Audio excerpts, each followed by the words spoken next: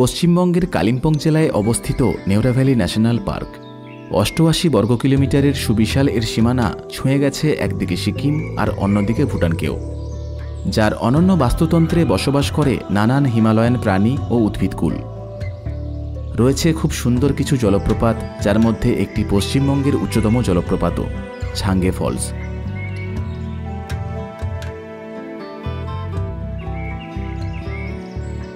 আর এই জাতীয় উদ্যানের সংলগ্নবর্তী অঞ্চলে রয়েছে খুব সুন্দর এক পাহাড়ি গ্রাম, কোলাখাম। তবে আমার আজকের থাকার ঠিকানা এই গ্রামে নয়, গ্রামের একটু উপরের দিকে একদম জঙ্গলের গা ঘেঁষে থাকা নেওরা ভ্যালি জাঙ্গল ক্যাম্পে।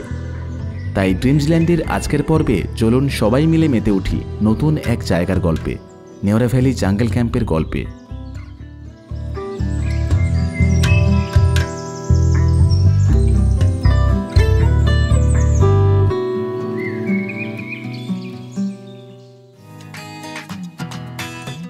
প্রত্যেকটা নতুন সফর শুরু হয় একটা কোনো উদ্দেশ্যকে ঘিরে, আর পূর্ণতা পায় নিজ গন্তব্যে পৌঁছে। আমরা এই সফরগুলির খুঁটিনাটি তথ্যাদি নিয়ে তৈরি করি নতুন নতুন সফরনামা আর তুলে ধরি আপনাদের সামনে। আশা করি আজকের পর্বটিও আপনাদের ভালো লাগবে। যদি ভালো লাগে তাহলে অবশ্যই লাইক আর কমেন্টে নিজের মতামত জানাতে ভুলবেন না। আর আমাদের চ্যানেলে যদি প্রথমবার আসেন তাহলে সাবস্ক্রাইব করার অনুরোধ করলাম।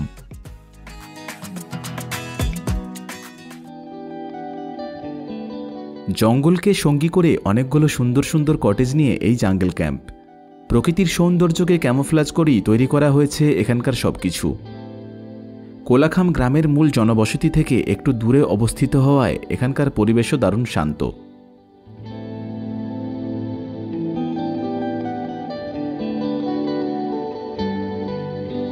কটেজ, কিচেন, ডাইনিং এরিয়া সবকিছুই কাঠ দিয়ে দারুণ সুন্দর করে তৈরি করা হয়েছে। কৃত্রিমতার ছোঁয়া একদম নেই বললেই চলে। আসার কিছুক্ষণ পরেই ওয়েলকাম ড্রিঙ্কও চলে আসলো।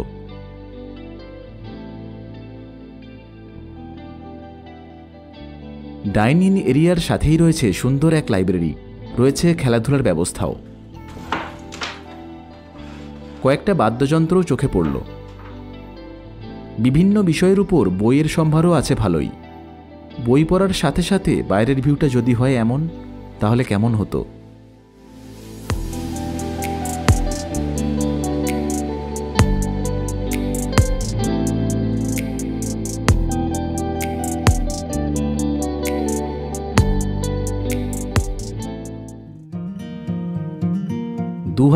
সাল থেকে শুরু হওয়া এই জাঙ্গল ক্যাম্প স্থানীয় পরিবেশের সঙ্গে আধুনিক সুযোগ সুবিধার সংমিশ্রণে সৃষ্টি করেছে প্রকৃতি উপভোগের এক বিলাসবহুল ব্যবস্থাপনা।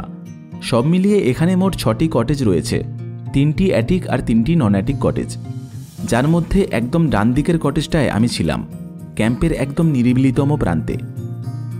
প্রত্যেকটা কটেজের নাম স্থানীয় পাখির নামানুসারে রাখা হয়েছে। আমার কটেজটার নাম ছিল নীলতাভা।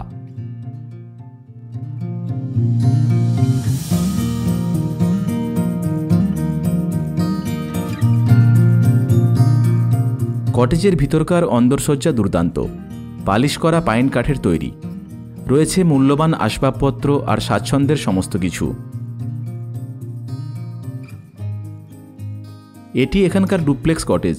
নিচে 2 জনের শোয়ার ব্যবস্থা, উপরে আরও 2 জনের।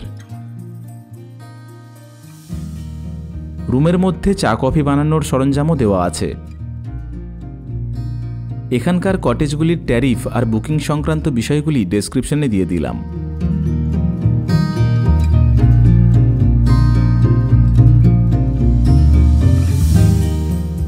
প্রত্যেকটা কটেজেই এরকম সুন্দর বারান্দাও রয়েছে।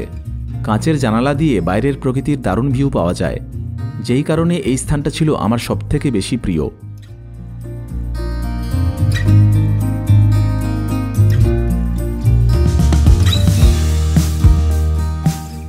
অ্যাটাচ ওয়াশরুমে রয়েছে সব রকমের আধুনিক সুযোগ সুবিধা।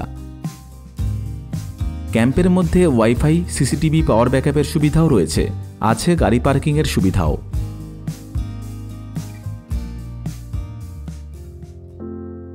এবার লাঞ্চ করতে ডাইনিং এরিয়াতে এলাম। ক্যাফের মতো সুন্দর এই ডাইনিং এরিয়াটারও একটা নাম আছে, দ্য নেস্ট।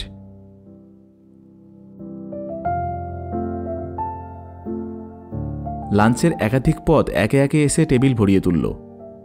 প্যাকেজের মধ্যে লাঞ্চ এখানে ইনক্লুড নয়, তাই আমরা আগের থেকেই বলে রেখেছিলাম।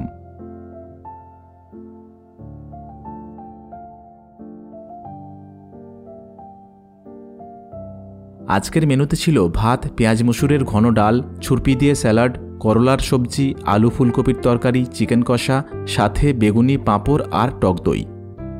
এখানকার রান্নাবান্না অসাধারণ লাগলো, প্রত্যেকটা পদই দারুণ সুস্বাদু ছিল।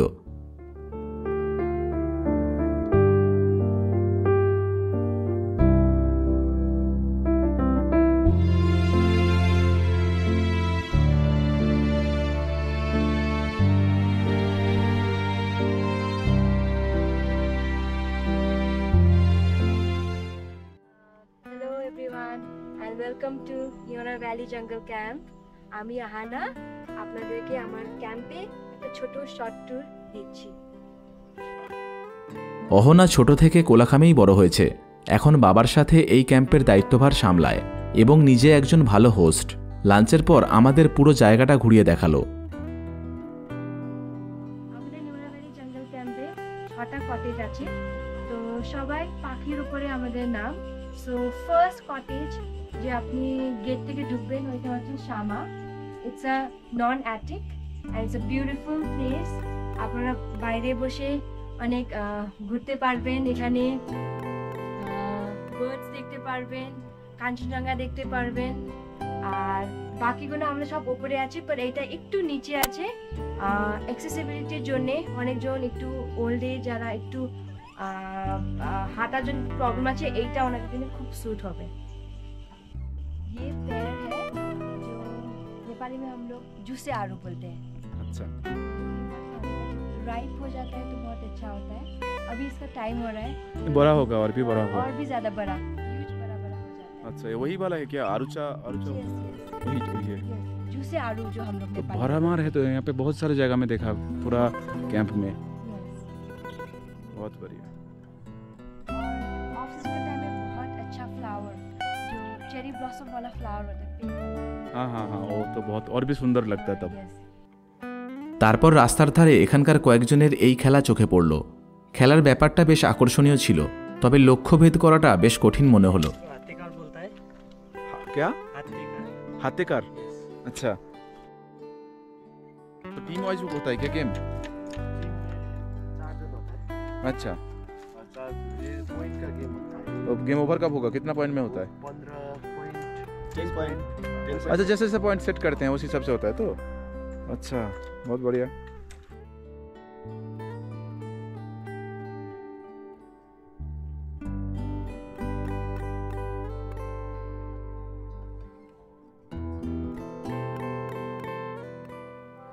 এরপর পাহাড়ের ওপারে সূর্য অস্ত গেলে সন্ধ্যা ঘনিয়ে আসলো।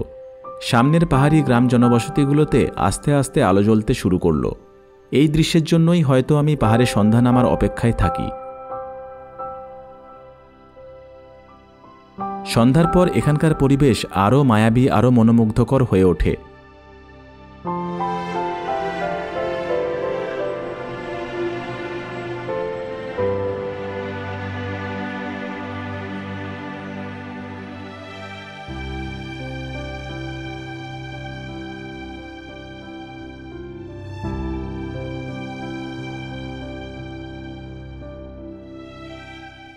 উচ্চতাজনিত কারণ আর পাইন বনের একদম গা ঘেঁষে থাকায় রাতের বেলায় বেশ ভালোই ঠান্ডার অনুভূতি হয় এখানে। তবে বছরের যে কোনো সময় এই জায়গা ভালোই লাগবে।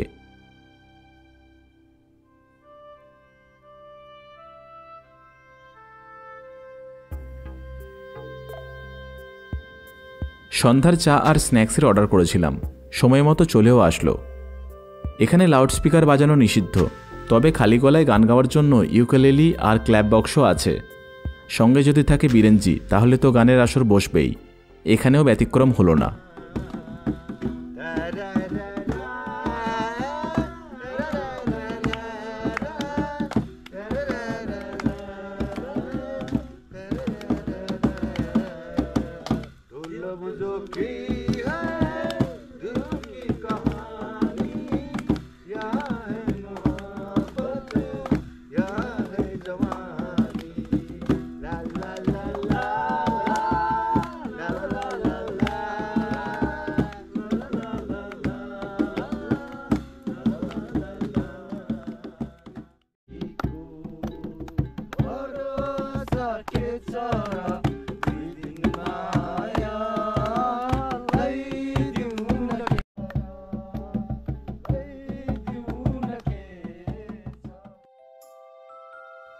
রাতের বেলায় দ্য নেস্টের পরিবেশ আরও রোমান্টিক হয়ে ওঠে। রুম সার্ভিস আছে, তবে এখানে ডিনার করার মজাটাই আলাদা।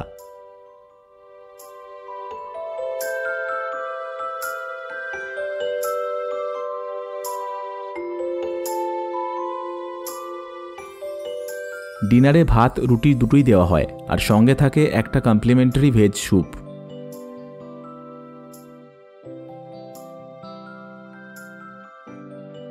রাতের মেনুতে ছিল ভাত, ডাল, বেগুন ভাজা, আলু বাঁধাকপির সবজি, চিকেন কষা আর স্যালাড। প্রতিটা পদই দারুণ রান্না হয়েছিল।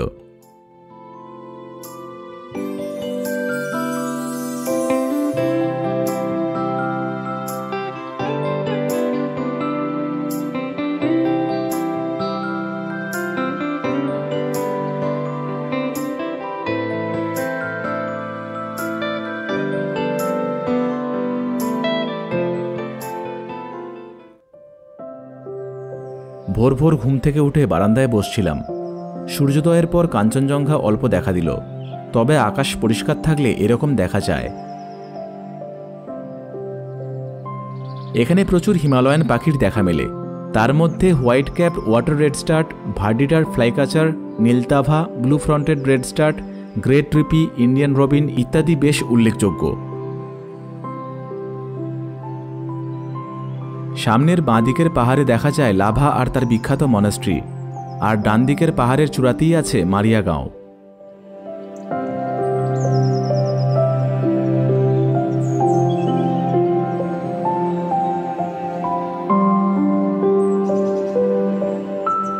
সকালের ব্রেকফাস্টেও অনেক কিছু খেলাম। লুচি, আলুর দম, অমলেট, সুজির হালুয়া, কলা আর দুরকম আচার। আলুর দম আর সুজির হালুয়া দুটোই দারুণ হয়েছিল খেতে। ব্রেকফাস্ট করে ছাঙ্গে ফলস বেড়াতে যাবার প্ল্যান হলো। গাড়িতে 25-30 মিনিটের মতো লাগে, তবে ট্রেক করে যেতে চাইলে সেটাও হবে। আর সকাল সকাল পৌঁছাতে পারলে ভিড়ভাট্টা অনেকটাই এড়ানো যায়।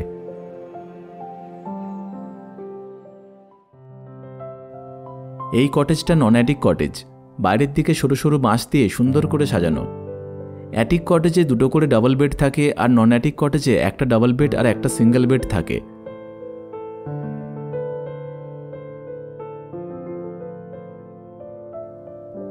তবে প্রত্যেকটা কটেজেই একটা করে ব্যালকনি আছে, যে কারণে এই কটেজের মান আরও অনেক গুণ বেড়ে যায়।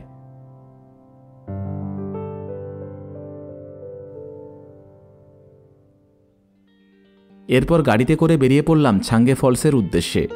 একটু এগোতেই পড়ল কোলাখাম গ্রাম। এনজেপি স্টেশন থেকে এখানকার দূরত্ব 108 কিলোমিটার। রিজার্ভ গাড়িতে আসতে সময় লাগে 3 ঘন্টার মতো। গাড়ি ভাড়া 4 থেকে 4,500 টাকা। কালিম্পং থেকে দূরত্ব 38 কিলোমিটার। রিজার্ভ গাড়ি ভাড়া 2,500 টাকার মতো।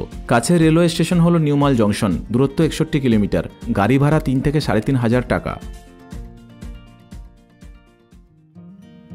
গাড়ি রাস্তা থেকে ছাঙ্গে ফলস পৌঁছানোর জন্য একটা 900 মিটারের ট্রেক করতে হয়। রাস্তার অবস্থা আগের থেকে কিছুটা উন্নত হয়েছে। টিকিট কাউন্টারও হয়েছে।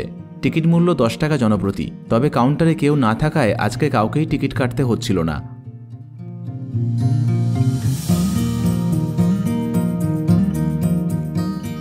বীরেনজিও আসছে নাকি? লাস্ট কবে এসেছিলেন বীরেনজি এখানে? লাস্ট ছাঙ্গে ফলসে নেমেছিলেন, মানে আসেন তো নিশ্চয়ই। নেমেছিলেন কবে? 2-3 साल आगे। 2-3 साल आगे। आज फिर हो रहा है ना? हाँ, आप लोग साथ में आते कंपनी दे रहा। अच्छा, चलिए चलिए, मजा आएगा। বীরেনজি একজন কঠোর পরিশ্রমী, বিনয়ী ও সৎ মানুষ। গাড়ি চালানোর হাত একদম পাকা। উত্তরবঙ্গে বেড়াতে গেলে ওনার থেকে গাড়ি বুক করতে পারেন। দারুণ অভিজ্ঞতা হবে, কথা দিলাম।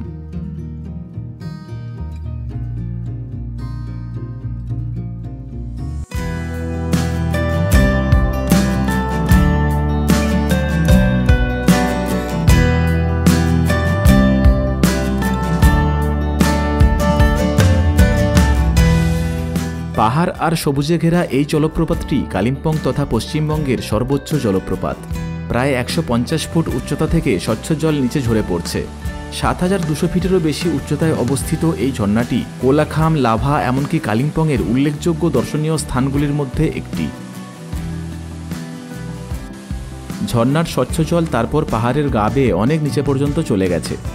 এর সমগ্র অংশ দেখার জন্য একটা ভিউ পয়েন্টও তৈরি করা আছে, তবে মনের মতো ভিউ পাওয়ার জন্য ড্রোনের সাহায্য নিলাম।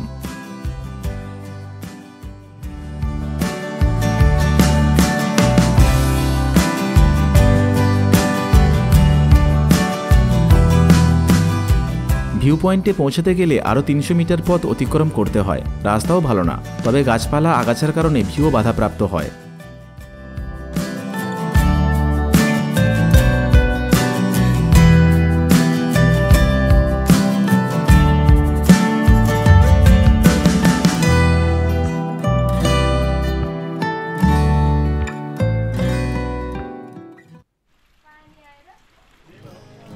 উপরে ওঠার পর ঝিরিঝিরি বৃষ্টি পড়া শুরু হলো।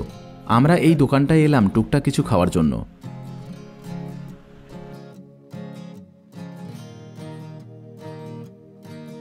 এখানে গরম গরম সুপি নুডলস বানাতে দেখে আর লোভ সামলাতে পারলাম না, আমরাও ঝটপট অর্ডার করে দিলাম।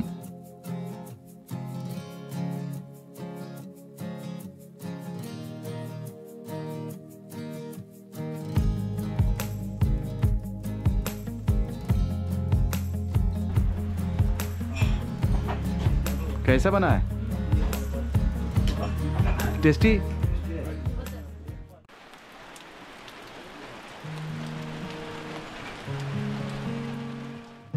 কটেজে পৌঁছালাম। অন্যদিকে বৃষ্টিও বাড়ল। মেঘলা দিনে দা নেস্টের ভিতরকার আলো অন্ধকারাচ্ছন্ন পরিবেশও আরও মনোমুগ্ধকর হয়ে উঠেছে।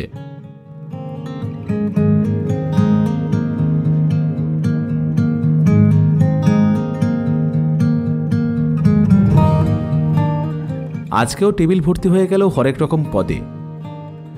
আজকে খেলাম ভাত, ডাল, আলু দিয়ে রাই শাক ভাজা, ঝুরি আলু ভাজা, আলু পোস্ত, ডিমের কারি, পাঁপড়, স্যালাড আর শেষ পাতে পায়েস। হয়তো স্বাদের কারণেই খাওয়া দাওয়া একটু বেশি হয়ে যাচ্ছিল এখানে।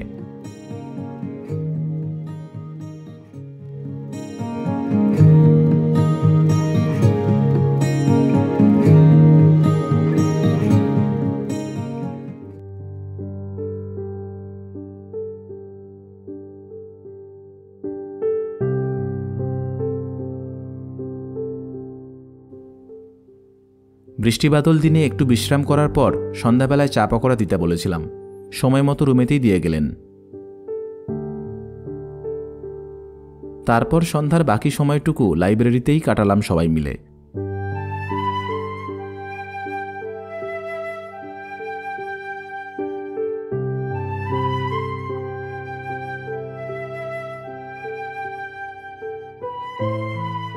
যথাসময়ে ডিনার করতে এলাম। আজকেও ডিনার শুরু হলো একটা গরম গরম স্যুপের সাথে। আর খেলাম ভাত, ডাল, মিক্সড ভেজ, চিকেন কষা, ছুরপি, মটর, পেঁয়াজ, টমেটো দিয়ে গোরখে চাটনি, আর ডেজার্টে ছিল ফ্রুট কাস্টার্ড।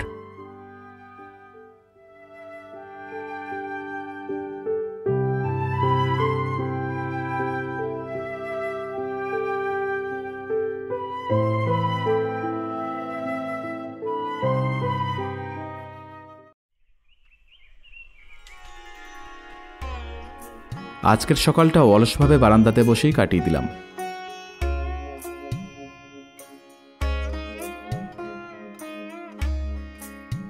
তারপর সকালে চাটা বাইরে বসে খেলাম।